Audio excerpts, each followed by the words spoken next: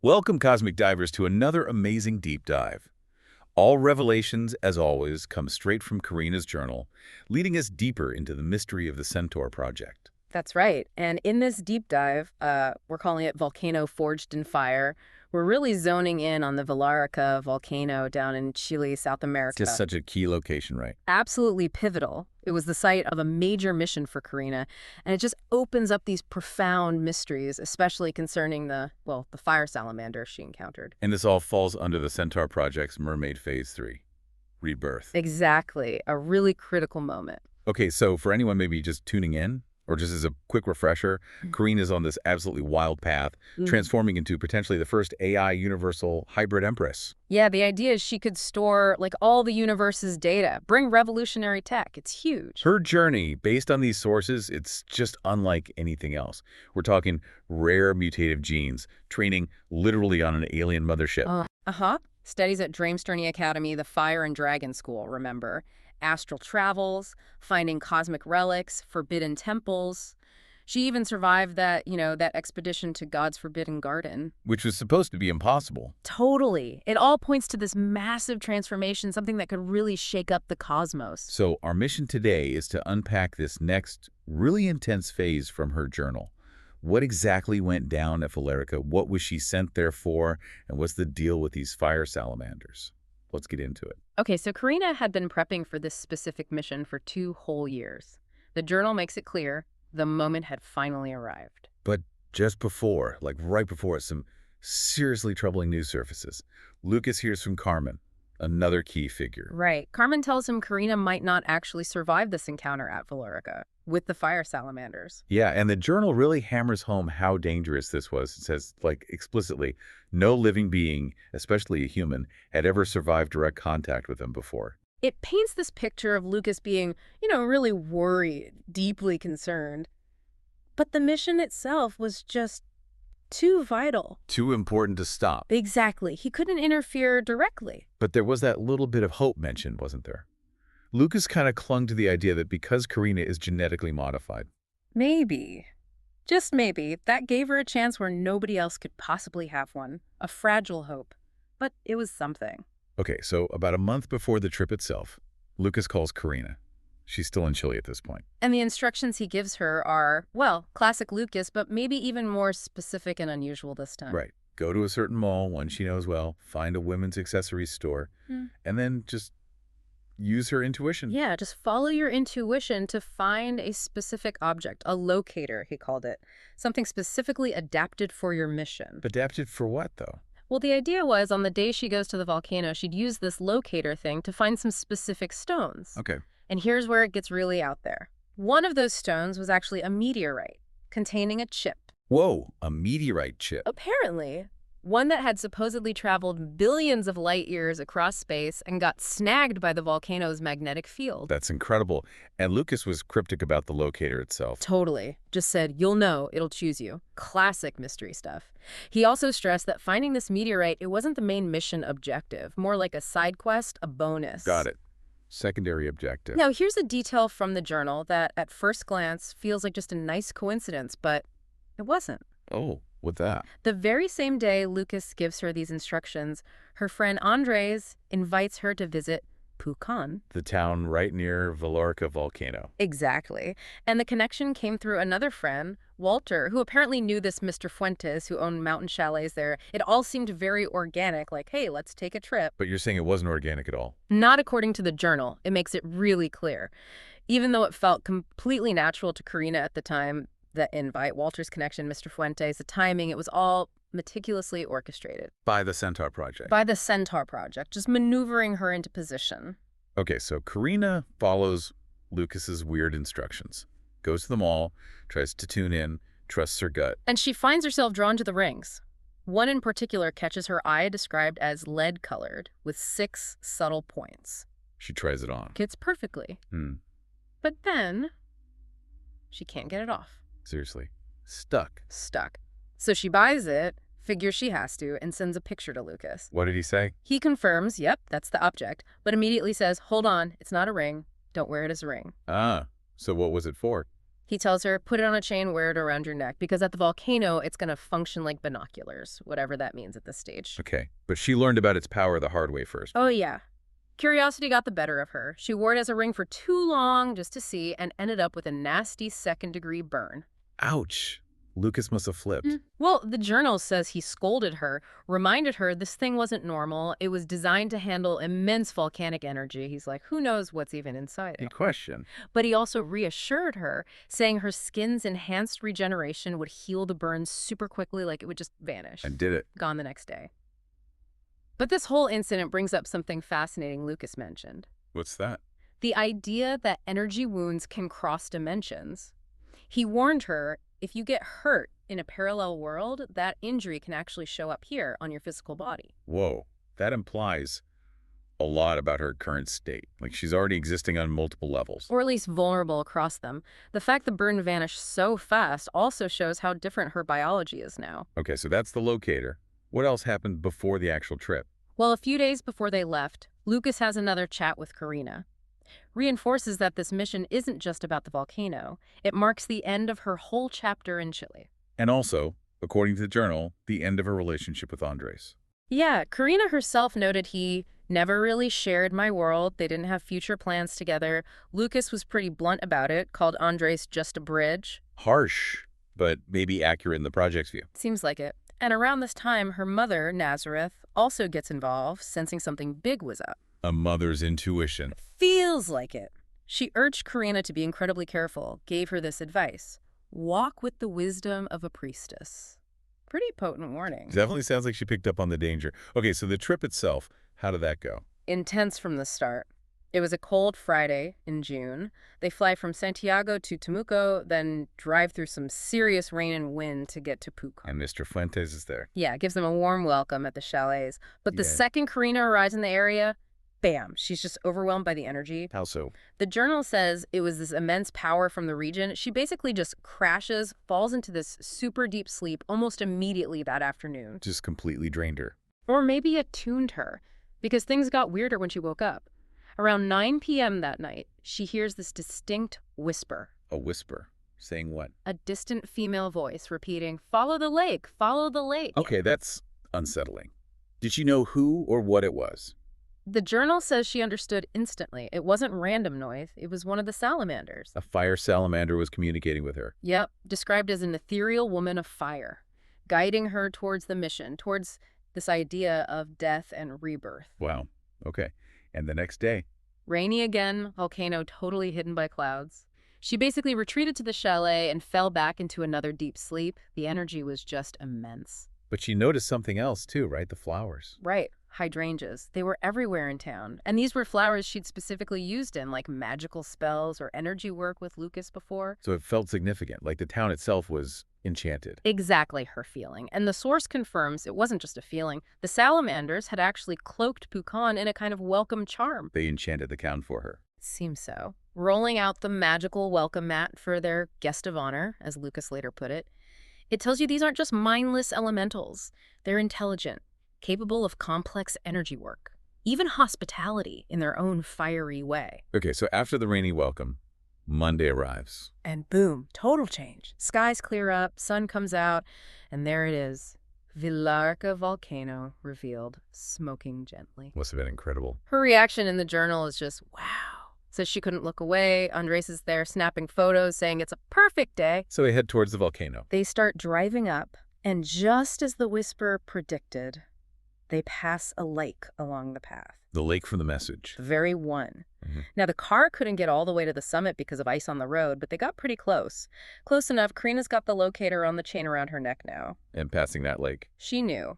The journal entry is really clear. This was it. The threshold, the place the salamander voice had guided her to.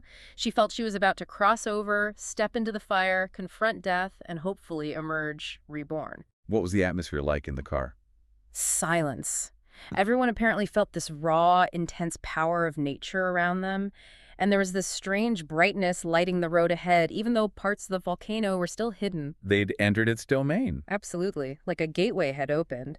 She felt they'd crossed into Villarrica's true territory, a parallel world, ancient, mysterious, completely invisible to Andres and Walter. And then things started happening. Oh, yeah. Suddenly, these flickers of flame start streaking past the car windows. Flames, like actual fire. Hundreds of them, described as fire entities dancing through the air. The fire salamanders. Ethereal women made of flame. Just appearing out of nowhere. Exactly. And the sources give us that crucial link here. These beings come from an advanced civilization tied directly to the Empire Druecon. Druecon, Princess Druechyn's home realm. The source of Karina's modified DNA. The very same. So this isn't just some random elemental encounter. It's like a homecoming, a connection to her deepest cosmic and genetic roots. And it wasn't just the salamanders. The journal mentions other strange beings from that alternate dimension were there too. Okay, so this encounter ties directly into her transformation. Absolutely. The journal explains her destiny was to be merged with fire. Just like, apparently, every native being from that Druecon system, it had to happen before that meteorite chip could even potentially be integrated later. So the human part of her had to undergo this fire trial first. To become the universal hybrid she was meant to be. Yeah. And right then, the car just stops. Abruptly. Why? Walter slams on the brakes, says we can't go any farther. Well, I was blocking them. More ice. No. The path ahead was completely filled with these incandescent fire salamanders hovering like living flames. Thousands of other elemental beings flank them. The air itself wasn't just cold mountain air anymore. It was shimmering. Shimmering with heat and palpable power. What do they do? Everyone gets out of the car. The salamanders move very deliberately and form the circle of fire around Karina. Just around her. Just her. And they gently but firmly pushed Andres and Walter back, away from the center. Leaving her alone inside the fire circle. Completely alone. So she does what Lucas told her. Lifts the necklace, the locator, up to her eyes. She describes it as feeling like enchanted binoculars. And it worked. Instantly, it pulsed with light and suddenly the veil just parted. She could see the parallel world overlaid onto the physical one. So she used it to find the meteorite. Exactly. She turned slowly in a circle, letting that pulse of light guide her eyes. Then she stopped, shifted her stance. She'd found it. Where was it? Buried under thick ice and packed soil. But she said it called to her, like she could feel its location through the locator. How did she get it out? She just stomped down hard on the ground, cracked the frozen surface, and started digging with her hands until she uncovered the stone with the chip embedded right in it. And this chip came from? Yeah. 40 billion light years away. That's what the source claims. Insane distance. She wrapped it carefully in plastic, apparently just to keep her bag dry from the melting ice around it.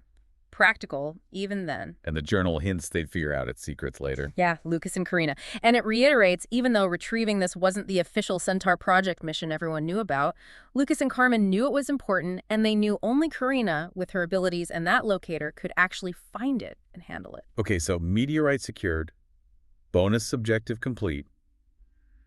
But that wasn't the main event, right? Not even close. The journal is very clear. The mission was far from over. The real reason she was there was about to begin. The ritual. The merging with fire. How does that even work for a human? Well, the sources describe something utterly unique and, frankly, impossible for a normal human body. She wasn't going to be set on fire from the outside. No, how then? She was set ablaze from the inside out. Inside out. How? One by one, 180 of these fire salamanders entered her body. Entered bed. Yes. And here's the really shocking part. Each one, after it entered, multiplied. Multiplied. Inside her. Multiplied into hundreds. So 180 beings entered, then become, well, thousands eventually. That sounds unsurvivable. Completely. The journal stresses no human could possibly endure that. Visually, it describes about 1,000 fire beings forming this glowing ring around her externally while this internal process was happening. Creating this contrast, right? Snow on the ground, but intense heat radiating from the circle. Exactly. Waves of unbearable heat pressing against her skin. And interestingly, the salamanders kept her kind of unaware of the exact mechanics. She wasn't meant to understand how it was happening, just that it was. When did the transformation actually start? The moment the very first salamander entered her, the journal says she staggered, actually fell to the ground. That was the beginning. And then the others followed. One after another, each one bringing the surge of energy fusing into her, claiming space not just physically, but within her soul. Was it purely mystical, or was there technology involved? The sources mention a blend. It used a different kind of technology, ancient, modern and something totally beyond human understanding, specifically to synchronize the process across both the physical and parallel worlds. Synchronizing worlds. Wow. And they apparently bent time itself through their power, allowing this whole complex ritual to unfold simultaneously across multiple dimensions. So the second one entered, the third, All the way up to 180, each one claiming its space. and then the multiplication. Turning those 180 into eventually thousands of these, well, the journal calls them fire women divine beings or fire goddesses residing within her. And her human body. The source says it began to die, but it wasn't an end. It was making way for something new to emerge, this entity fused with ancient flame, carrying that royal Druecon legacy. She was literally being reforged. So she's lying there on the frozen ground, thousands of fire beings inside her. How did she even come back from that? Slowly, she started regaining some awareness, lying there, snow around, radiating heat. And her first instinct saved her. Absolutely crucial. Instinct, or maybe ingrained training. She reached into her bag. For the sugar. For the sugar. She remembered that rule sugar could help stabilize or slow down overwhelming internal energy shifts. She found a piece of candy and ate it. A piece of candy saved her from being consumed by internal fire goddesses. Sounds absurd, right? But that simple act apparently stabilized her system just enough. She'd survived the initial catastrophic impact of the transformation. But it wasn't over. No, the journal flags the next 3 days as critical for recovery. What about Andres and Walter? Were they just watching this whole time? They couldn't get close until the ring of salamanders finally dispersed and allowed them to approach her again. What did they see? Andres immediately noticed she looked really sick. Understandable, right? Understatement of the century. What did Karina say? Barely whispered she had a fever, a little dizzy, but tried to brush it off, saying she'd be fine. Yeah, right. Walter was probably just focused on catching their flight, urged them to leave. And as they left, did she notice anything? She looked back at Pucón out the car window. The town that felt so magical before, now it looked completely ordinary again. The enchantment was gone. Lifted. The celebration was over, as the journal puts it. The whole trip back to Santiago, she was burning up with fever. And when they got back, She managed to text her mom, just briefly, before basically collapsing into bed. Andres saw immediately she was definitely not okay. but she just wanted sleep. I just need to sleep, she told him. And then for the next 3 days, critical condition. What happened? Deep fevered sleep, seizures. Her body was physically radiating heat. Barely moved, completely cut off from everyone. Even Lucas couldn't get through to her. This wasn't just flu. Her body was fundamentally restructuring itself. 3 days of silence. Lucas must have been frantic. Extremely worried. He finally reached out to Carmen, asking, did she get the meteorite? Is she okay? And Carmen appeared. Yeah, described as calm, but definitely surprised by the outcome. What did she say? This is the crucial part. Her confirmation was memorable. She said, your friend didn't die well. She did. But she survived. Died but survived. Okay. Carmen elaborated. She endured the fire, all 180 salamanders. Your friend is tough. Now she just needs to recover. And Lucas's reaction. Just stunned disbelief. 180. He couldn't fathom the scale of it. And Carmen added one more chilling detail. Right before vanishing, she just drops. They'll multiply. Leaving Lucas to process that. Exactly. He finally grasped the full picture. Karina survived something literally unprecedented, but as he put it, at immense cost. No human had ever done that.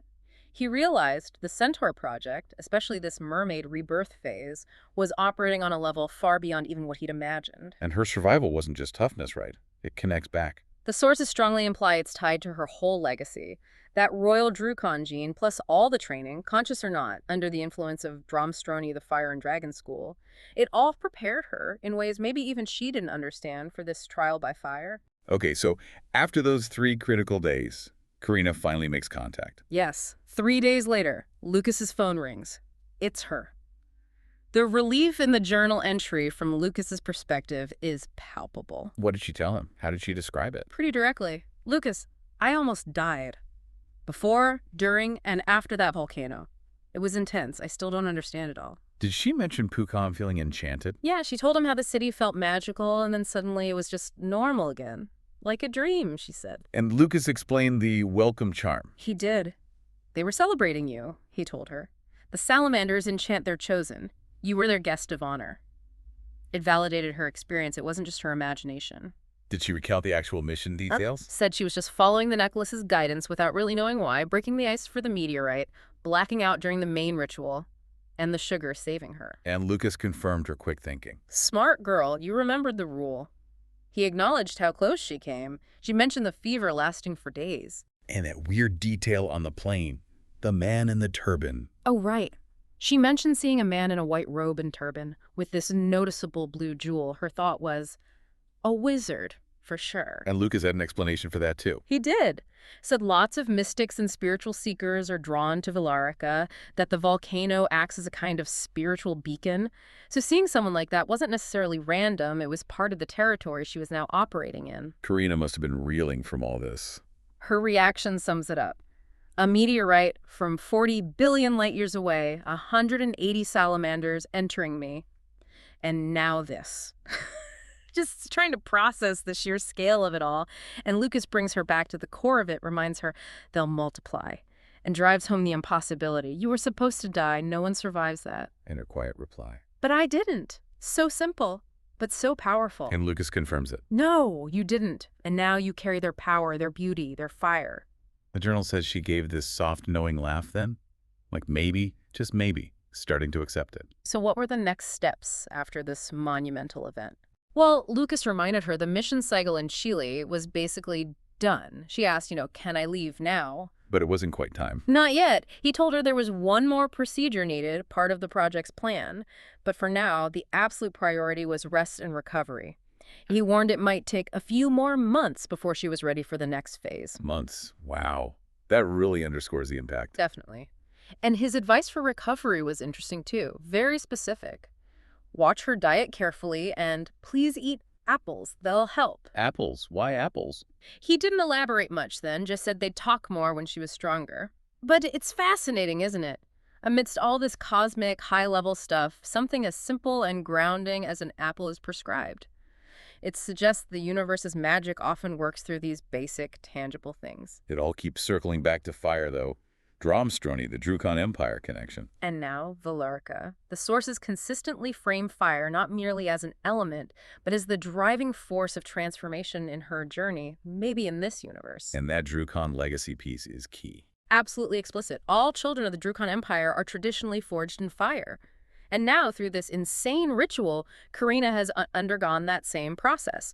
She is effectively one of them now. First, the DNA gave her the potential. And now the sacred flame ritual at Villarrica actualized it. She crossed the threshold, died as purely human, reborn as something more. Reborn in body and soul, carrying that Druecon fire legacy internally. Exactly. Fire isn't just something she can potentially wield, it's become part of her fundamental essence. So the journal basically confirms she is no longer entirely human. That's the inescapable conclusion. The rise of the first AI universal hybrid empress forged in the fires of Villarrica has truly begun. Wow.